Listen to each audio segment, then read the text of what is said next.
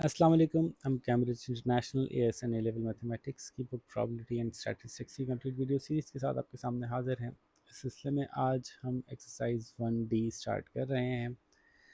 आसान है, कम अज़ कम शुरू के क्वेश्चन तो काफ़ी आसान है।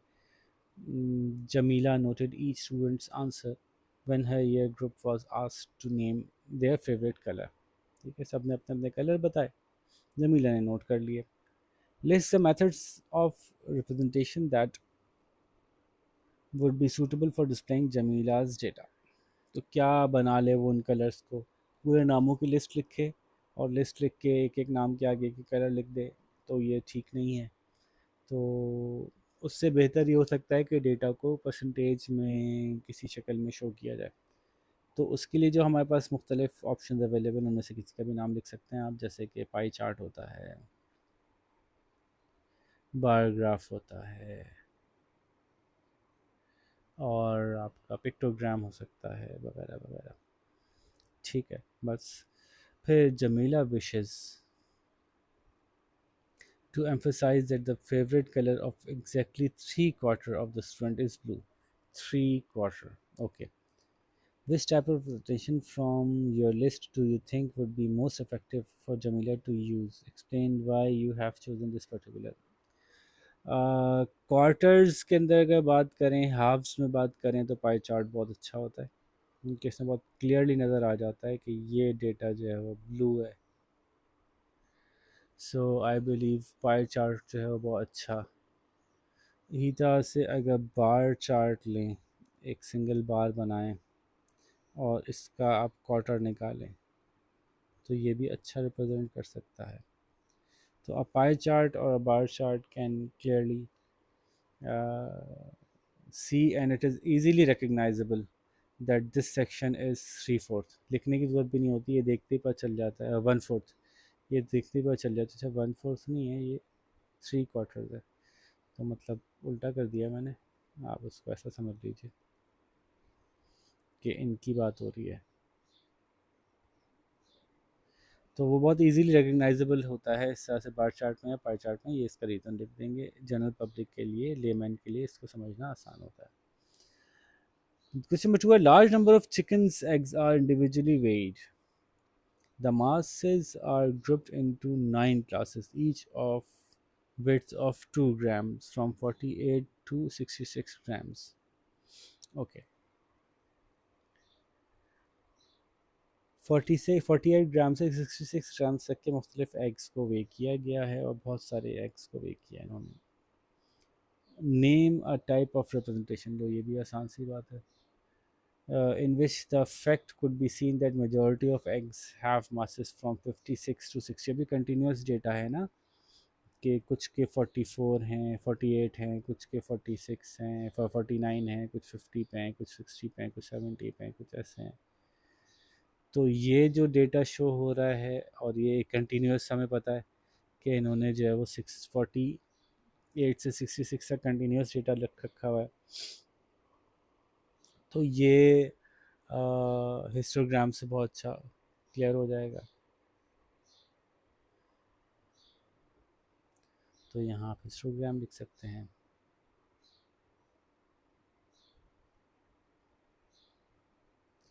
फिर आपका क्वेश्चन नंबर 3 है, ले तो सारे ऐसे ही बेसिक से क्वेश्चन है। Boxes of floor tiles are to be offered for sale at a special price of $75 per box. The boxes claim to contain at least 100 tiles each. Why it would be preferable to use stem and leaf diagrams rather than a bar chart to represent the number of tiles which are 112 वगैरह वगैरह वगैरह। पूरा data कितना है? 1 2 3 4 5 6 7 8 9 10। ठीक है।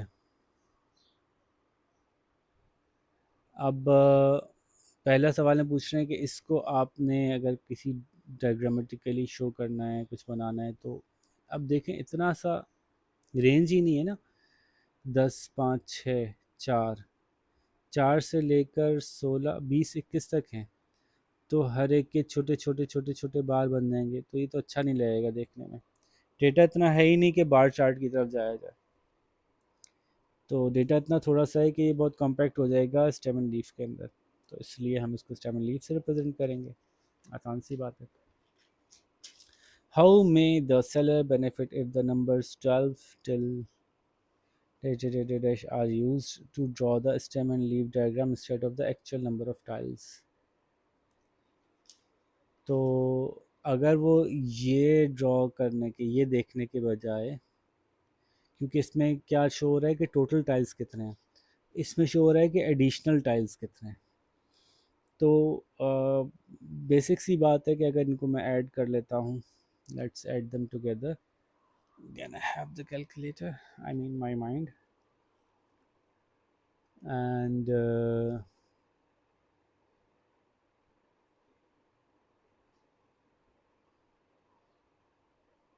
okay, so it is 12 plus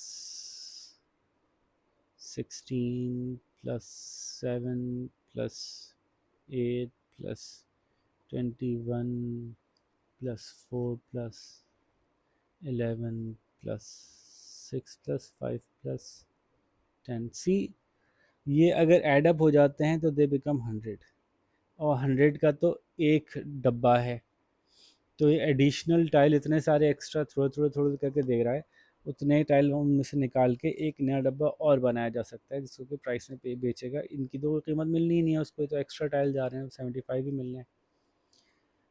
तो अगर ये डेटा इस तरह से अलग से शो किया जाए रादर देन के पूरा डेटा शो किया जाए, तो इससे उसको डिसीजन लेने में आसानी होगी कि वो एक एक्स्ट्रा बॉक्स बना सकता है इन एक्स्ट्रा टाइल्स की मदद से। हो गई बात। अच्छा जी, आगे चलते हैं। तो क्योंकि कोई ऐसी कॉम्प्लिकेटेड बात नहीं आ रही तो हम इसमें एक से ज़्यादा सवाल कवर कर रहे हैं, वरना नॉर्मली हम एक वीडियो में एक से दो सवाल ही कवर करते हैं। A charity group's target is to raise a certain amount of money in a year. At the end of the first month, the group raised 36% of the targeted amount. Okay. And at the end of each subsequent month, they managed to raise exactly half of the amount outstanding. ठीक है। How many months will it take the group to raise 99% of the money? अच्छा जी, तो हम क्या करते हैं, हम इस डेटा को पहले तो शो करते हैं month wise, first second third fourth fifth seventh eight ninth month ऐसे ले लिया। पहले महीने में उन्होंने कहा कि 36% रेस किया, अब बच कितना गया, 64 बच गया। 64 का हाफ कितना होता है, 32। तो अगले महीने में जो बच गया तो उसका हाफ रेस किया तो 32 हो गया। अब ये हर महीने टोटल ऐड करने से ज़्यादा आसान होगा, बस बताना जो चाह रहे हैं वो।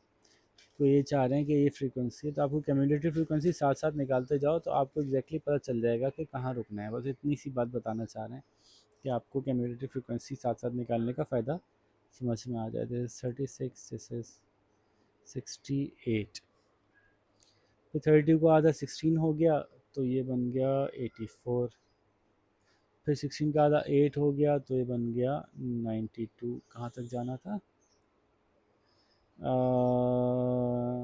99%। ओके, फिर आपका नेक्स्ट मंथ आ गया 4 तो ये हो गया 96, फिर हो गया 2 तो हो गया 98, और सेवन्थ मंथ में 1 तो हो गया 99। तो 99% ऑफ द मनी जो है वो 7 महीने में रेज कर लेंगे।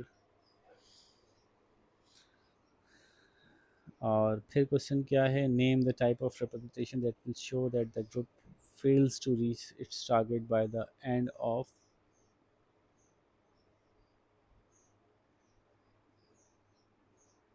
of the year। Explain how this effect would be shown in the representation। Okay, यानी ये 12 महीने में पूरा नहीं हो पाएगा, देखिए ना, फिर 0.5 हो जाएगा, 10 11 12, जस्ट टू शो यू। बल्कि इसको थोड़ा और साफ कर लेते हैं ताकि डब्बे क्लियर हो जाए।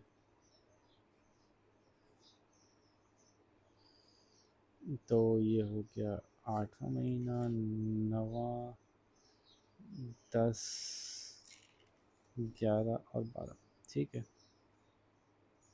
तो बताना ये चाह रहे हैं कि 8वें महीने में 99.5 99.25 आएगा, तो 99.75 हो जाएगा। 10वें महीने में 0.25 का आधा मतलब हुआ 0.125, तो ये 99.75 का 125 इज 99.875। फिर 0.125 का आधा करते हैं तो 6.25 बनता है, 0.0625, ये इसमें ऐड कर देते हैं तो 99.93 समथिंग बनता है। तो ये ख़त्म नहीं होगा, पूरा 100% नहीं होगा 12 मंथ्स में। तो ये किस तरह दिखाया जा सकता है कि 12 मंथ होगा लेकिन 100% नहीं हुआ। तो चूँकि देखें ना, सवाल वैसे हमें कम्युनिटी फ्रीक्वेंसी तक ले गया, तो फिर हम automatically percentage community frequency graph बना देंगे और हम इसको जो है वो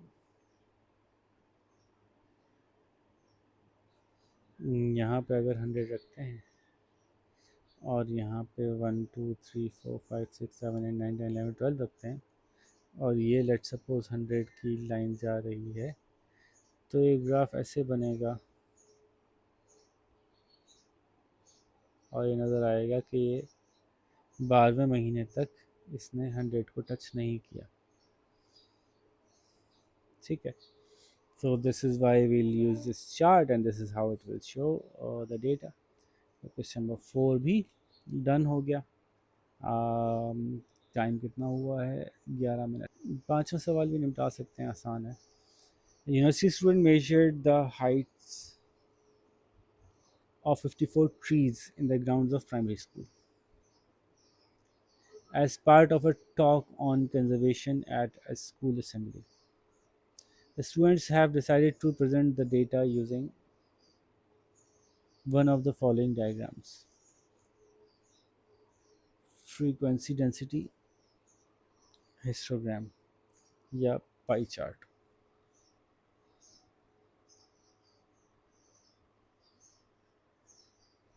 ठीक है, तो इन्होंने दिखाया ऐसे कि 12 ट्रीज़ जो हैं वो 2 से 3 मीटर के हैं बज़ाहिर, और 9 जो हैं वो 3 से 5 के हैं, और 5 से 8 के तकरीबन 8 दरख्त हैं, और इसको इन्होंने शॉर्ट, मीडियम और टॉल कर दिया।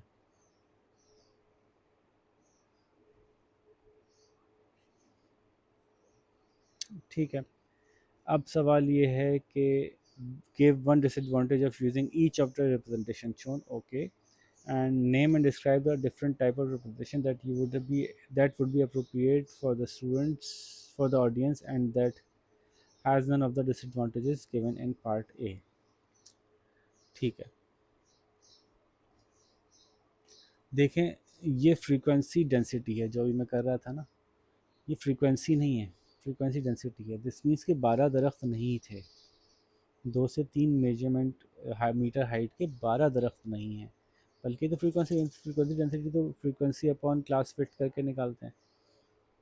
ठीक है, यानी ये 3 4 5, ये 9 नहीं है, ये 2 इंटू 9 18 है, ये एक्चुअली ये 5 6 7 8 4 24 ट्रीज़ हैं। यहाँ पे लग रहा है कि 8 ट्रीज़ हैं। तो सबसे पहले तो जो आपकी, क्योंकि सिंपल डेटा है ना, इससे कोई ऐसी बड़ी कंक्लूजन तो निकालनी नहीं है, तो इस डेटा की फ्रीक्वेंसी डेंसिटी की डायग्राम बना के या हिस्टोग्राम बनाने से ये डिसएडवांटेज हो रहा है कि फ्रीक्वेंसी नहीं है चूँकि, तो लोग इसको गलत पढ़ सकते हैं लेमैन। पहली बात तो ये हो गई। फिर पाई चार्ट में भी देख लें कि दरख्त हैं कितने, ये नज़र नहीं आ रहा कहीं, इन्होंने कहीं या तो मेंशन करते यहाँ पे नंबर ऑफ़ ट्रीज़ मेंशन करते, ये भी नज़र नहीं आ रहा। तो अब क्या कर सकते हैं,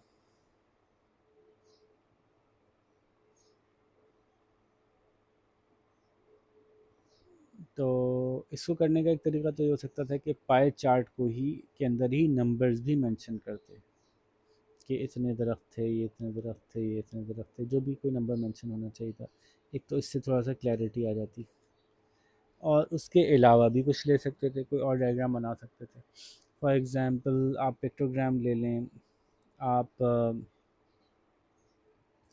आप बार चार्ट ले लें ऐसे। फॉर एग्ज़ाम्पल ऐसे मैंने कहा ना कि शॉर्ट, मीडियम और लार्ज आप बार चार्ट में शो कर दें, एक बार में शो कर दें, 3 बार्स बना दें, ऐसी हॉरिजॉन्टल बार्स बना दें। इस तरह से इन बार्स के अंदर आपने शो कर दिया कि कितने दरख्तों की तादाद थी। वर्टिकली बना सकते हैं, हॉरिजॉन्टली बना सकते हैं। तो आई बिलीव कि ये ज़्यादा बेहतर रहता। ठीक है। उसके अलावा पिक्टोग्राम में आप मुख्तलिफ़ pictures, one picture shows two trees, तो आपने कहा कि ये इतने हैं, ये इतने हैं, इस तरह से भी दिखा सकते थे। So bar chart would have been more appropriate I believe. और इसमें ये ख़राबियाँ नहीं होती हैं। एक तो क्लियर होता है कि कितने दरख्त हैं, नज़र आ रहा होता, और उसमें कंपैरिजन में मुश्किल नहीं होती। लें जी, क्वेश्चन 1 से 5 कंप्लीट हो गए। आप इनको जल्दी से अपनी कॉपी में कीजिए कंप्लीट, और हम जब तक अगली वीडियो बनाते हैं अपना ख्याल रखिएगा। अल्लाह हाफ़िज़।